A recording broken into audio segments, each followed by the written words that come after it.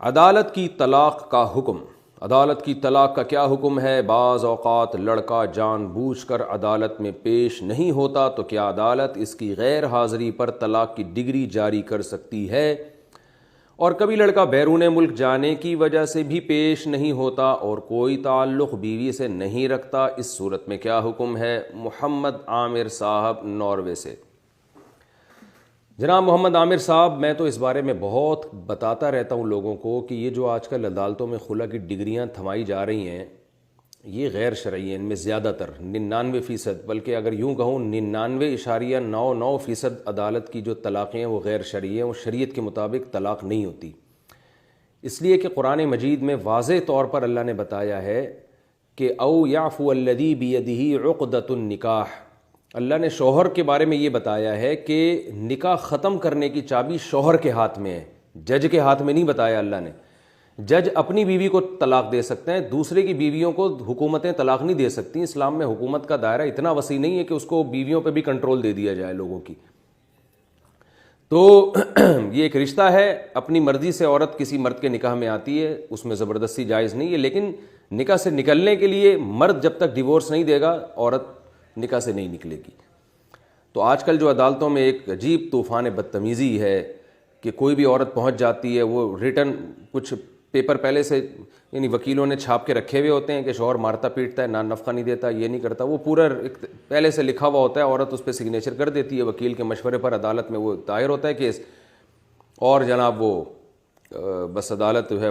شوہر کو بلاتی، آ گیا ٹھیک ہے، نہیں آیا تو بھی ٹھیک ہے، آ گیا تو آنے کا بھی کوئی فائدہ نہیں ہے۔ وہ اگر کہہ بھی دے کہ میں نہیں ڈیورس دینا چاہتا تو عدالت کہتی ہے آپ سے کس نے پوچھا کہ آپ دینا چاہتے ہیں کہ نہیں دینا چاہتے، ہم تو ویسے ہی مذاق میں آپ سے پوچھ رہے تھے، آپ نہیں بھی چاہیں گے تو ہم دے دیں گے اس کو طلاق۔ تو یہ ڈرامہ ہو رہا ہے عدالتوں میں، اور اسلامی نظریاتی کونسل کی ذمہ داری ہے کہ وہ اس پہ آواز اٹھائے۔ میں نے اسلامی نظریاتی کونسل کے ایک دو علماء سے رابطہ بھی کیا، ان سے یہ درخواست بھی کی ہے کہ آپ اس پہ آواز اٹھائیں، اور لیکن یہ کہ اس میں خاموشی ہے چاروں طرف سے۔ ہماری جو مذہبی سیاسی جماعتیں ہیں ان کی ذمہ داری ہے کہ وہ اس پہ دھرنا دیں، اس پہ احتجاج کریں کہ بھئی یہ بالکل ایک زنا کا دروازہ کھول دیا عدالتوں نے، اور اسلام کی تو دھجیاں اڑی رہی ہیں۔ ظاہر ہے جب ایک عورت کسی کی بیوی ہے، عدالت کو حق نہیں ہے اور عدالت خلا کی ڈگری تھما دے، وہ کہیں اور شادی کرے گی تو خالص زنا ہے، کیونکہ یہ کسی فقہ میں جائز نہیں ہے، نہ حنفیہ کے نزدیک جائز، نہ شافعیہ کے نزدیک، نہ مالکی، نہ حنبلی، اور نہ ہی اہل حدیث کے نزدیک، نہ شیعہ مسلک میں، کسی نہ دیوبندی نہ بریلوی، کسی مسلک میں اس کی اجازت نہیں ہے۔ بالاجماع باطل ہے یہ خلا جو آج کل عدالتوں میں چل رہا ہے، اس لیے کہ یہ پوری امت کا اجماع ہے اس پر، A to Z سب کا اجماع ہے کہ طلاق کا اختیار اللہ نے مرد کو دیا ہے، نکاح ختم کرنے کا اختیار اللہ نے مرد کو دیا، اور خلا جو ہے نا، خلا یہ بھی ایک ایگریمنٹ ہے، اور یہ میاں بیوی دونوں کی رضا سے ہوگا۔ اس میں اگر صرف بیوی ہو اور شوہر راضی نہ ہو تو بھی یہ خلا نہیں ہوتا، کیونکہ خلا کا جو لفظ ہے نا، یہ خلا ایگریمنٹ ہے، ایگریمنٹ یہ یعنی جیسے بیع ایک اصطلاح ہے نا، ٹرم ہے، عربی میں خرید و فروخت کے لیے جو ٹرم استعمال ہوتی ہے وہ ہے بیع، بیع یعنی خرید و فروخت۔ تو جیسے بیع ایک عقد ہے،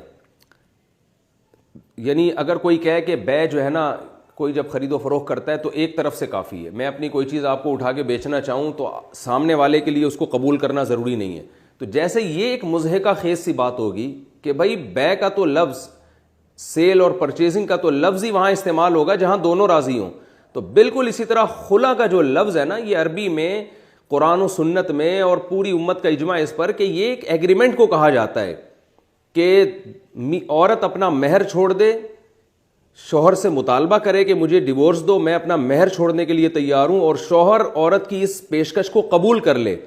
جانبین سے اس قسم کے ایگریمنٹ کو قرآن و سنت کی اصطلاح میں اور عربی لغت میں خلا کہا جاتا ہے، یعنی یہ جو ٹرم ہے اس کو خلا کہا جاتا ہے، تو یہ یک طرفہ نہیں ہوتا۔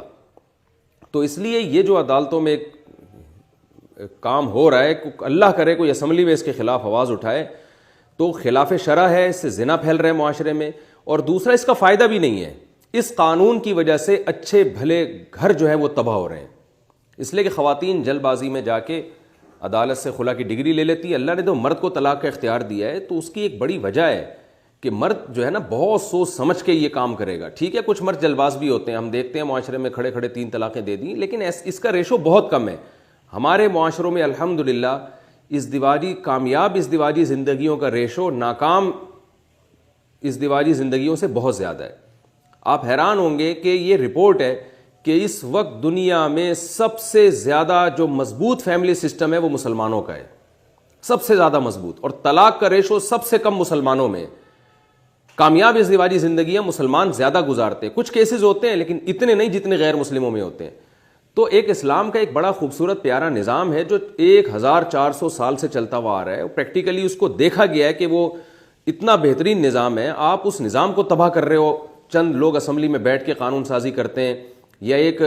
جو ہے وہ ایک آمر حکم دے دیتا ہے عدالتوں کو اور اس پر عدالتوں کا سارا نظام ہی چینج ہو جاتا ہے. وہ کام کر رہے ہیں ہماری عدالتیں جو انگریز نے بھی نہیں کیا.